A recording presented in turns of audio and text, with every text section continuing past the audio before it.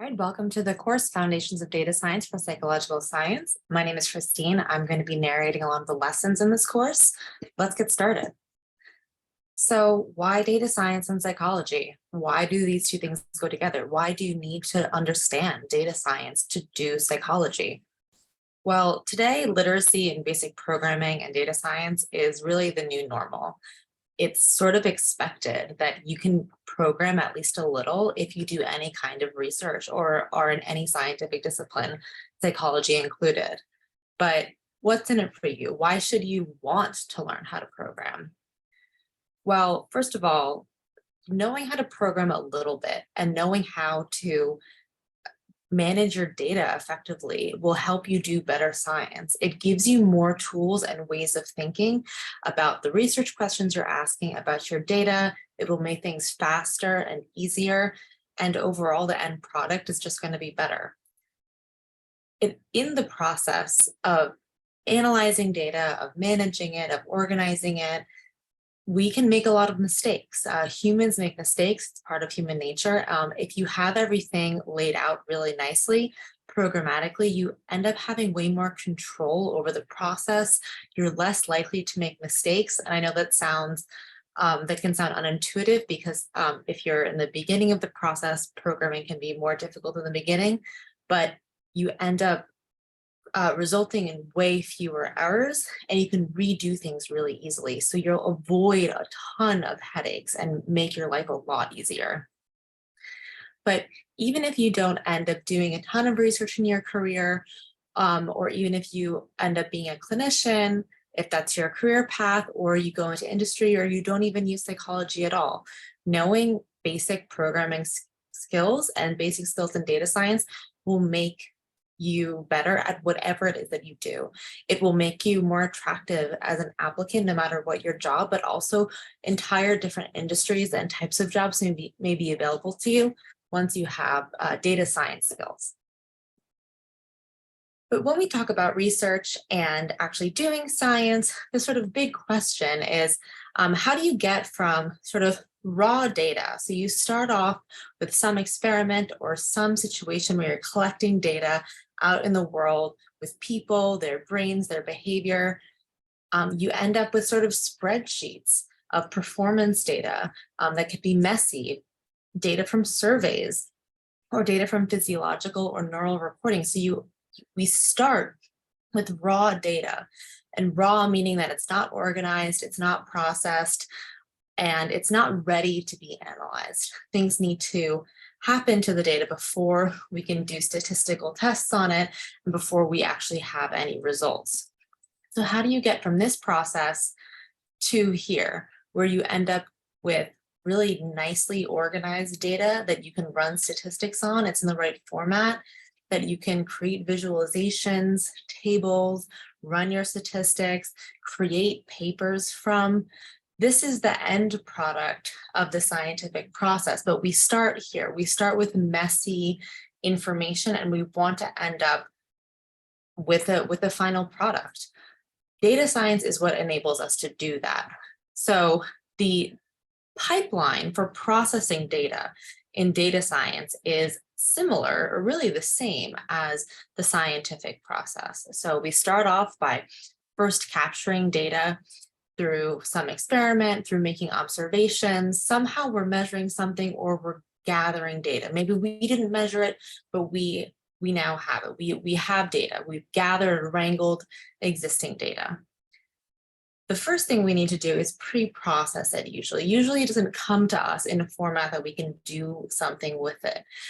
It may need to be cleaned, reformatted, or transformed so that it's in the right format for analyses. Once you have it in the right format, which is a process in of itself, then you need to run analyses on it, describing the data, running statistical analyses, modeling the results, validating the results, any sort of analysis that you might do on your data.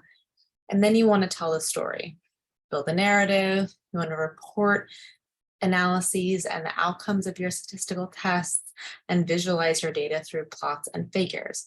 So this is a process of going from sort of just initially making the observations to being able to tell the story, and everything that we have to do with the data in between in order to process this and actually do science on it.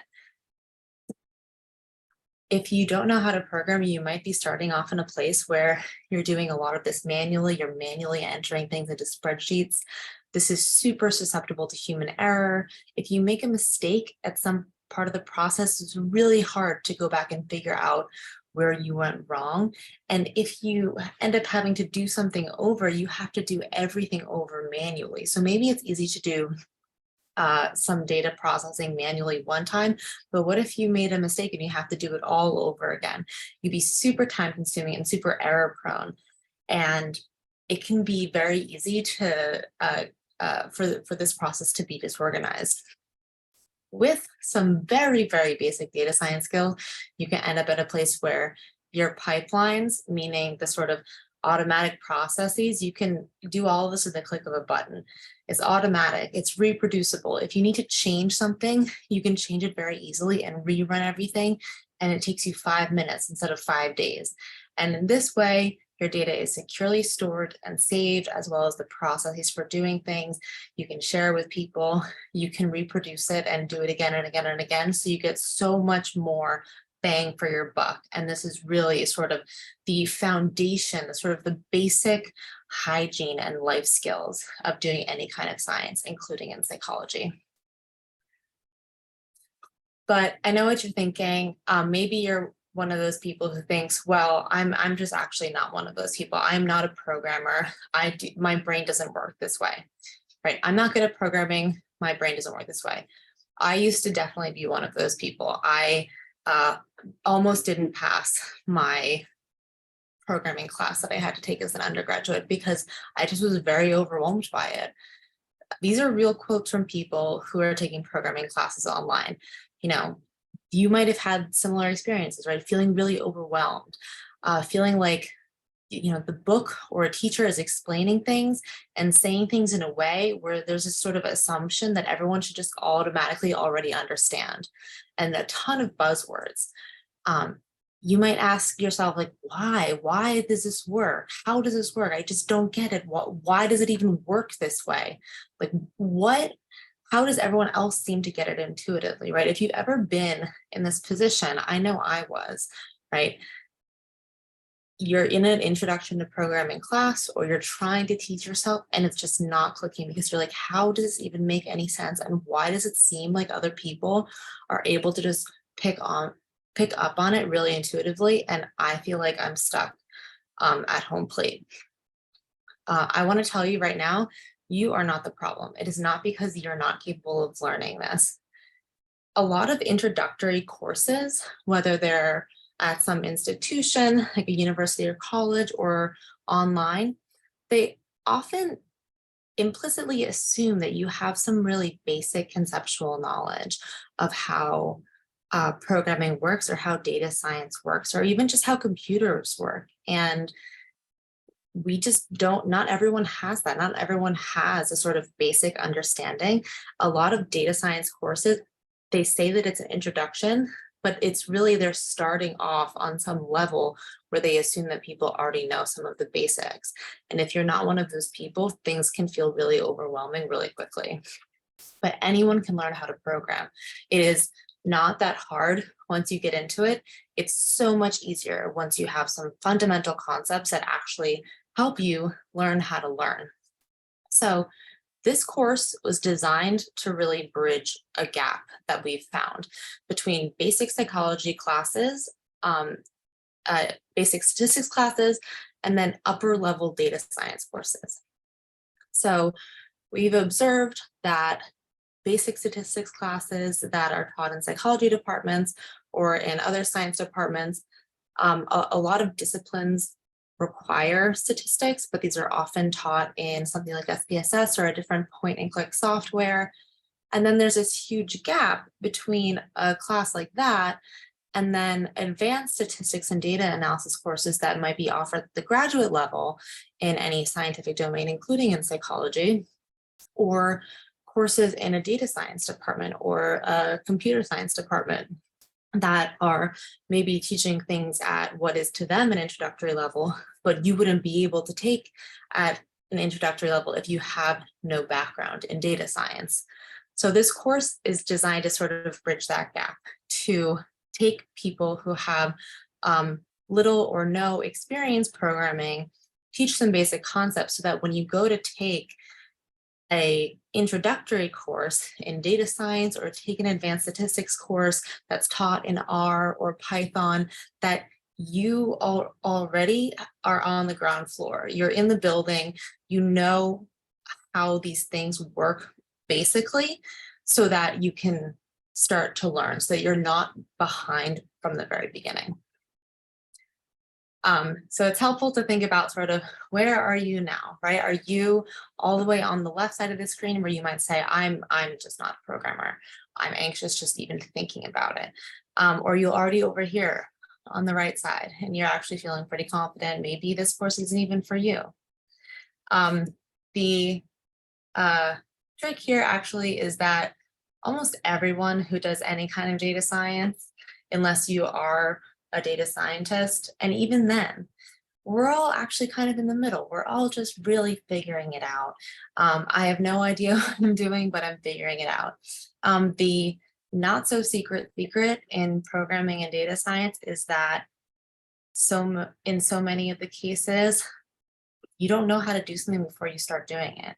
You're Googling it, you're figuring it out, you're just troubleshooting as you go. And even after you have some basic skills, so much of programming feels like that, but that's a normal part of the process. And everyone says that, but you'll really get it once you start to try. And we all feel like we have no idea what we're doing, but practice is really just the main thing. Just hands on the keyboard, starting to do some basic things and learning some basic concepts so that you can feel like, well, maybe you won't ever feel super, super confident, but you'll at least know how to Google things, and that's half the battle. So the high-level goals of this course are, first of all, to learn how to think about data processing as a psychological scientist.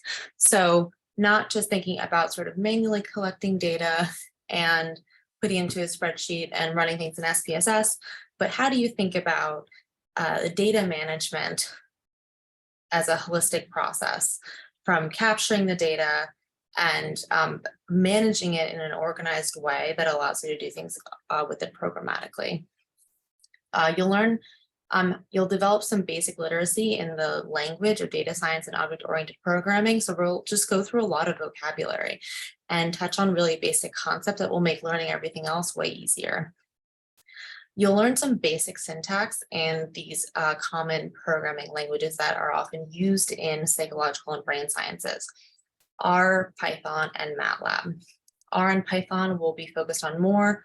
MATLAB is more optional, but most psychologists, neuroscientists use either R or Python in some combination to do their data analysis. And you'll develop some basic skills to manage your data and stay organized. And this is super critical in the beginning of your journey as a graduate student. If you start organized, you'll stay organized, and it will make everything easier. But most of all, what we hope that you get out of this course is learning how to program. Like we said, no one or very few people actually feel like an expert, but you get better at learning and you get better at troubleshooting, and that's the goal.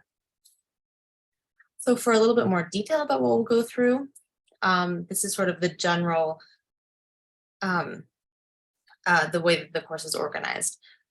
We'll start on the ground floor. On the ground floor, we're going to just do an introduction to different programming environments. So sort of, where are we programming? What software are we using? We'll install the software.